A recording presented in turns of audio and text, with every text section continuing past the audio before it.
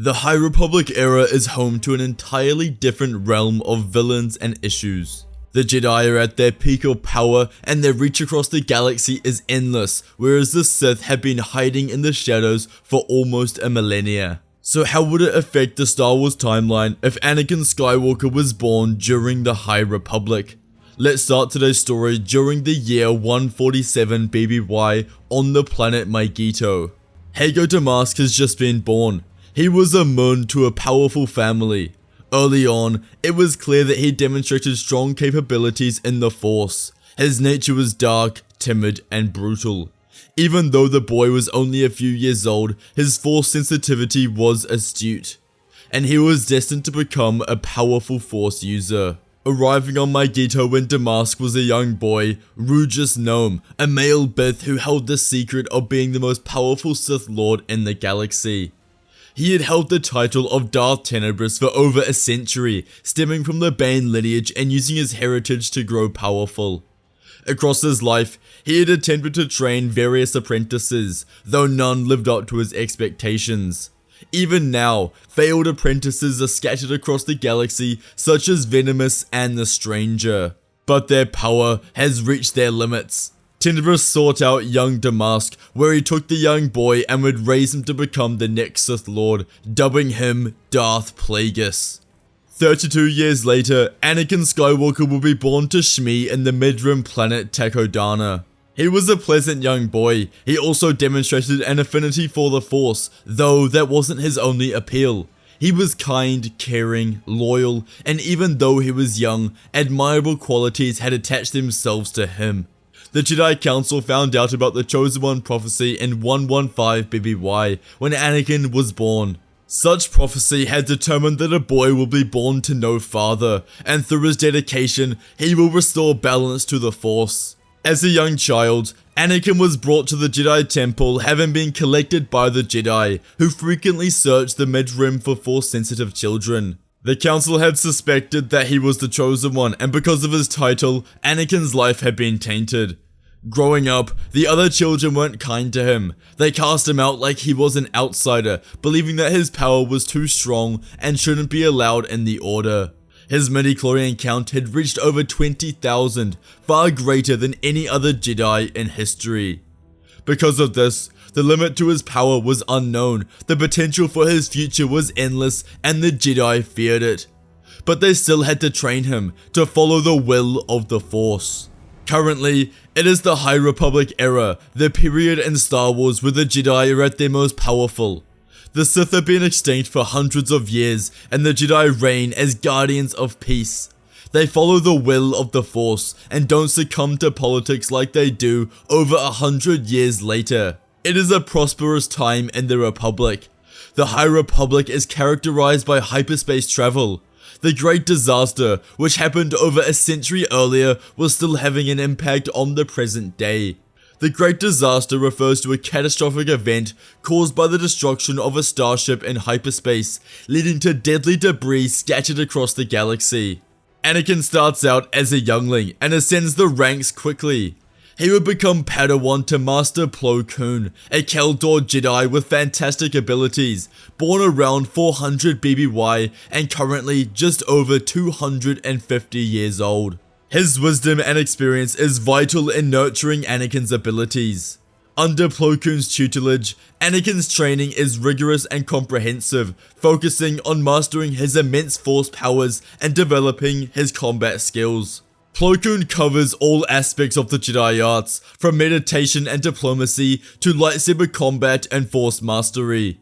As his training progresses, Anakin's Force powers develop rapidly, showcasing his extraordinary potential through advanced telekinesis, enhanced senses, and even the ability to sense the future. His skills with the training saber quickly excelled, surpassing those of his peers as he demonstrated remarkable agility and precision. Compared to other Jedi his age, Anakin's power is unmatched, marking him as a prodigy within the Order and confirming his status as the Chosen One in the High Republic era. Plo Koon, who is known for his rare ability, known as Force Judgment, teaches Anakin this unique form of Force Lightning, which is used to incapacitate rather than kill, aligning with Jedi principles. Anakin quickly excels, demonstrating a natural affinity for this ability, which he harnesses quickly. As he progresses, Anakin constructs his lightsaber, being chosen by a yellow crystal. His lightsaber skills become legendary, combining Plo Koon's teachings with his own intuitive, aggressive style. He becomes proficient in Form 5 fighting style, combining the defensive capabilities of Form 3 and making it more violent. Through countless missions and trials, Anakin's connection to the Force deepens, allowing him to perform feats that surpass even the most seasoned Jedi. His ability to perceive and manipulate the Force becomes unparalleled. Anakin's reputation grows within the Order and throughout the galaxy as a beacon of hope and power.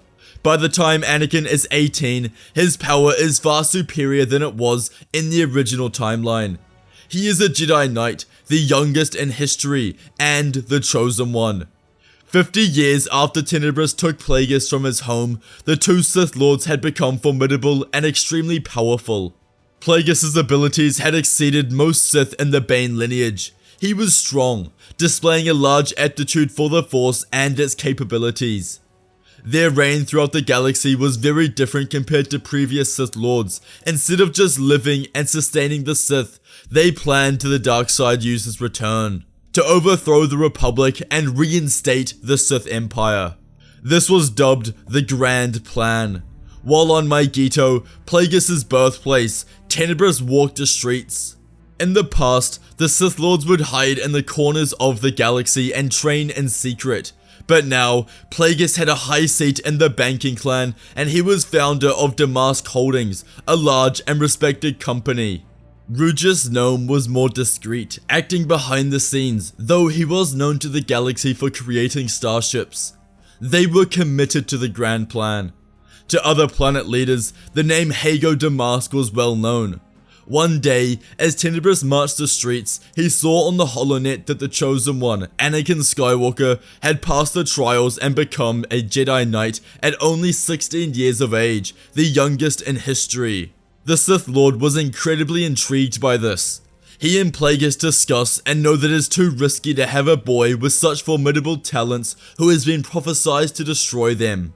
This, coupled with the knowledge that they had become more attuned to public life, was risky. An idea of laying low for the rest of their cycle in the Rule of Two was discussed, but neither of them wanted to wait another 100 years until Anakin Skywalker was dead to continue their grand plan. Though, this meant that they would have to defeat him. If Anakin Skywalker grows to become a Jedi Master, he will pose a great threat to them. Plagueis and Tenebrous, under their guises as normal people, traveled to Coruscant, the capital of the Republic and world of the Jedi. Plagueis' respect from Damask Holdings allowed him to engage in high-profile meetings with the banking clan and other influential leaders, strengthening his political and financial influence. He became revered on Coruscant, and senators and business leaders alike grew much respect for him due to the power he controlled. As for Tenebrous, he continued his public work on starships, allowing him to attend public events and network with key figures in the Republic.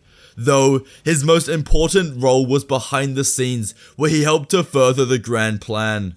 The Sith Lords worked to manipulate and undermine the Jedi Order and Republic. Utilizing their extensive networks of connections, they gather intelligence on the Jedi, focusing particularly on Anakin Skywalker and his master, Plo Koon. Plagueis, with his vast understanding of financial systems and subtle manipulations, focuses on banking and commerce. He begins by scrutinizing financial records and transactions, tracking the movements and missions of Jedi teams. He was able to gain a vast knowledge of the Jedi firsthand. Never before had the Sith been this close to their operations. They were able to keep their intentions under the radar, yet develop their social status and respect. Tenebrous would take many risks. He would infiltrate the security systems of the Jedi Temple. He breaches the temple's firewalls, gaining access to classified information about Jedi activities, personnel files, and mission briefs. Through his surveillance, Tenebrous collects a wealth of data, enabling the Sith to anticipate and counter the Jedi's moves effectively. Over the course of several months, Plagueis maneuvered himself into highly respected gatherings. Parties were held where senators and business leaders gathered and discussed different things. Even Jedi attended these events. The life of a senator was luxurious and filled with public perceptions as much as results. During these parties, Plagueis subtly begins to sow seeds of doubt within the Senate about the Jedi Order's intentions and the prophecy of the Chosen One. Though not specifically mentioning the Chosen One or its prophecy to draw attention to himself, in private conversations, he manipulates senators and influential figures, suggesting that the Jedi, with their growing power and influence, might pose a threat to the Republic's stability. There were already those in the Senate who disliked and feared the Jedi, and he sought to poke and prod on the wound to further exacerbate this fear. He raises questions about the prophecy, hinting that the Chosen One could bring imbalance rather than balance to the Force and potentially be the Jedi's weapon in taking power for themselves. Plagueis' words are insidious, and they further his goals significantly. While Plagueis' political career becomes stronger, Tenebrous takes a step back from public life and searches for the next step of the grand plan. He searches through his old master's ancient Sith texts and artifacts, trying to find something to help them. Eventually, he locates a text which details the properties of cortosis, a rare mineral capable of resisting lightsaber strikes and disrupting lightsaber ignitions.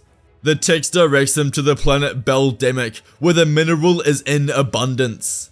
Tenebrous would travel there while Plagueis remained on Coruscant. The Sith Lords would quickly develop a cortosis army and begin testing out its properties, realizing instantly its potential against the Jedi in a duel. He knew that this was the future direction of the Sith. Using their immense wealth from Tenebrous' starship businesses and Plagueis' banking clan and political career, they begin to fund research and development into a cortosis-infused armor and weapons. Tenebrous oversees the construction of specialized cortosis-enhanced shipments and weaponry, preparing for a future conflict against the Jedi. Plagueis and Tenebrous travel to Geonosis, commissioning a droid army. They provide Geonosian engineers with cortosis-infused technology, ensuring the droids are equipped to resist lightsaber strikes and pose a significant threat to Jedi warriors. Now, as Tenebrous returned to Coruscant, their droid army was in construction. Tenebrous employs his public persona to further the Sith's agenda. He would use a Sith mind trick on senators to make them spread rumors of potential Jedi corruption and misuse of power. He points to isolated incidents of Jedi missteps and amplifies them, creating a climate of fear and doubt. These rumors begin to take root, with the public and political figures starting to question the Jedi's integrity and intentions. They grew in the underworld, not being mentioned in Senate meetings, but whispers of these conversations began being talked about, but far away from the reach of the High Council, who would begin investigations immediately into these claims if they found out.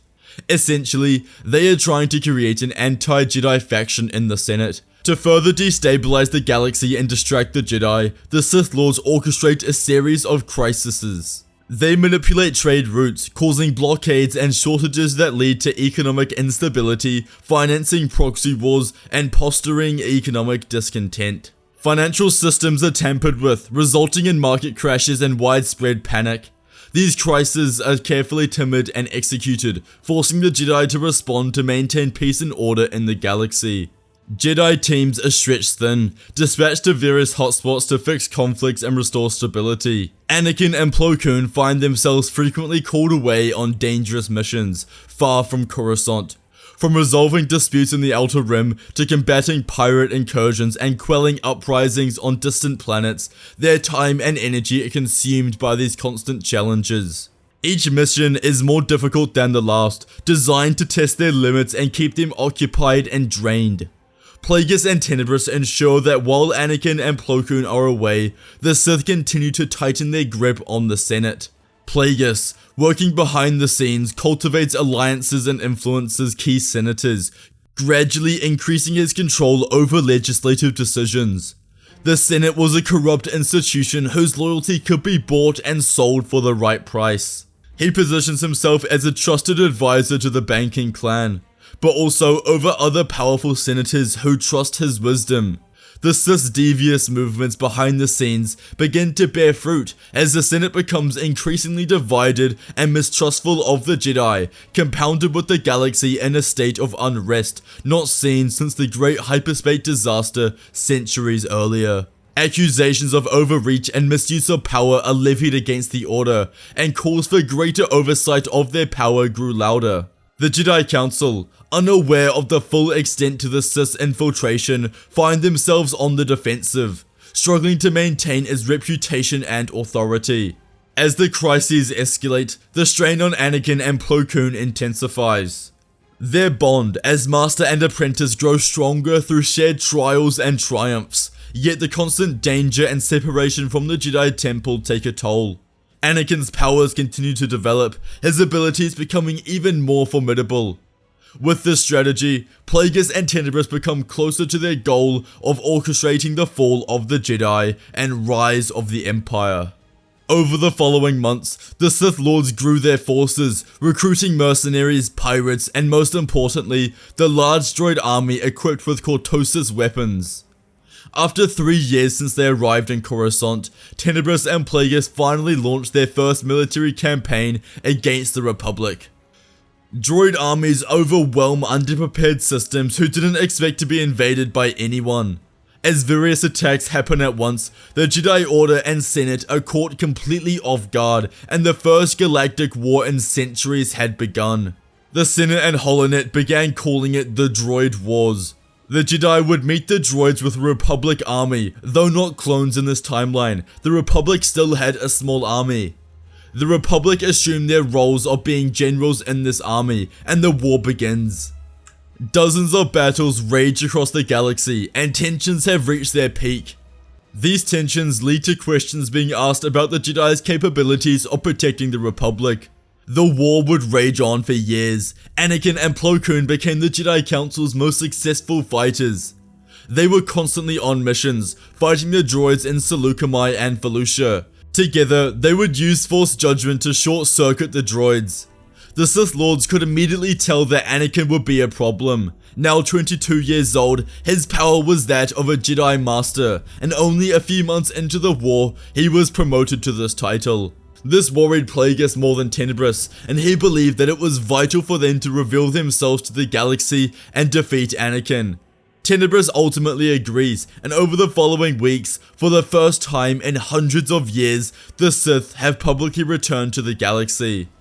They fight in the Battle of Ryloth, where they both land on the ground and decimate the Republic forces, murdering 4 Jedi Masters and wiping out the other soldiers. The Jedi Council and Senate were thrown into disarray. Although it's not illegal to be a Sith under Republic legislation, it's certainly illegal to lead an army against the Republic, murdering soldiers and Jedi. The Council knew that discovering these Sith and killing them was their #1 priority. Grandmaster Yoda was especially concerned. He knew the dangers the dark side posed. Anakin and Plo were summoned to the council, where they explained the paramount importance of dealing with the threat. As these two were clearly the most successful in the war, they want them to investigate the Sith Lords and attempt to find them. Planets such as Kashyyyk, Corellia, and Naboo became battlegrounds where Jedi Knights and Sith Lords clashed in large-scale conflicts. At this point, over 2 years into the war, not a single Jedi had met and survived an encounter with the Sith. They had collectively spent the better half of a century training specifically in lightsaber combat and how to murder Jedi. Their power was unmatched. They were true Sith Lords. Cortosis proved to be a game changer in the war, neutralizing the Jedi's lightsabers and giving the Sith an edge in ground and space engagements. Plagueis and Tenebrous exploit this advantage to target key Republic locations to cripple the Jedi and seize control over the galaxy. Anakin and Plo's work was difficult. They attempt to pursue the elusive Sith Lords, embarking on a challenging investigation. They trace a trail of clues, talking to many different people and discovering different things. They find out that the Sith Lords are a Bith and a Mun and have been training for decades due to various eyewitness accounts all saying the same thing. Anakin eventually finds himself on Mygeeto, searching through Plagueis' personal facility and discovering Bacta tanks full of people on the brink of death, with journal depicting their lives. He knew that one of the Sith Lords was experimenting on preserving life, breaching all laws of nature and completely breaking what the Force allows. As they go deeper, they uncover patterns in financial transactions and communications that point suspiciously back to Coruscant, raising alarms that the Sith may reside on the planet. Anakin suggests that this is impossible, but Plo Koon would argue that this is very well in the realm of possibilities, and they must tread with caution. Their pattern leads to two worlds, Mustafar and Geonosis. On Geonosis, they find the largest droid factory in the galaxy, with millions of droids being created every day. On Mustafar, their probes discover that the Sith are mining the planet's lava and gathering large tanks full of it. It shows that they will use the lava to assist in armor and weapon creation. The suspicion reaches its peak for Plo, and he becomes extremely worried. As they survey Mustafar, they see a random starship arrive, carrying the two Sith Lords. For the first time since the war began, they have eyes on the location of the Sith Lords. Taking this information directly to the Jedi Council, Yoda explains that they must act now. This is the best information they have received in years. Yoda, Anakin, Plo Koon, and Sol travel to Mustafar with their armies to attack the Sith. Meanwhile, Ki-Adi-Mundi and Venestra Rho are tasked with going to Geonosis and shutting down all of the droid units and destroying their factories. The Jedi lead their armies into the heart of the volcanic planet as they meet legions of battle droids and defenses, armed with cortosis. As the armies clash in a furious, chaotic battle, explosions and lightsabers set the backdrop. It was a massive battle, one of the largest in war to date. Amidst the turmoil, the four Jedi carve a path towards the Sith in order to defeat them. As they meet the Sith Lords, introductions were kept short. Skywalker wished to know how they learned the Jedi arts. Expecting victory, Plagueis told them. They were remnants of a Darth Bane lineage that was determined to one day return and defeat the Jedi. Their grand plan, meant to remain more hidden until the news of the Chosen One's discovery. Everything they have done, all the death and pain they have caused, was Anakin's fault. The Sith can sense Anakin's powers, which sends sharp shivers down their spine. Anakin's hate ignited when he heard this. The confrontation began, and they all engage in a duel. The duel intensifies as the combatants unleash their full power. Lightsaber strikes and clashes were fast. The Jedi were in their golden age and fighting against the Sith.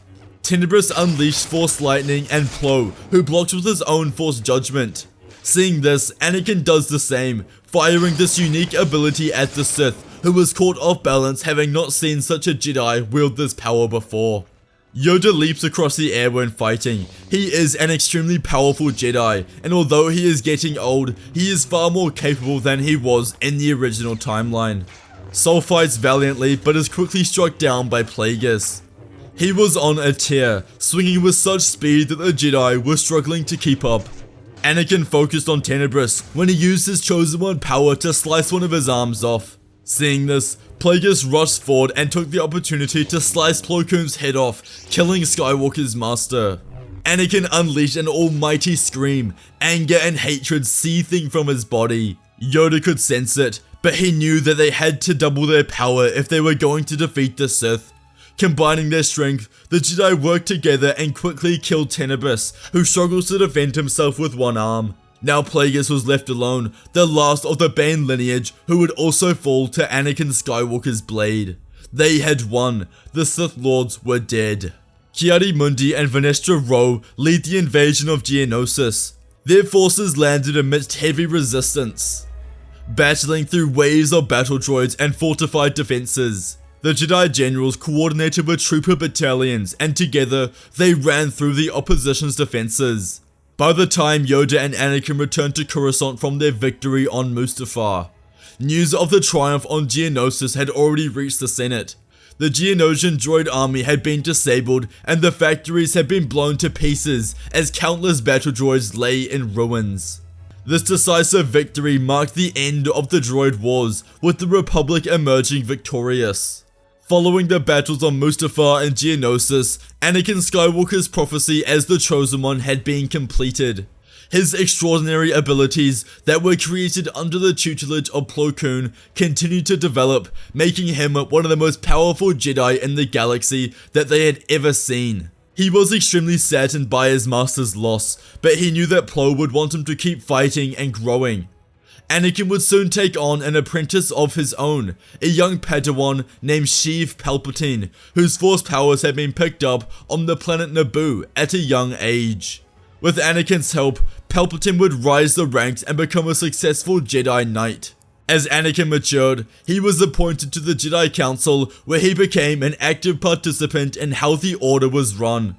When Master Yoda passed away, Anakin's ascent to the position of Grand Master was a natural progression.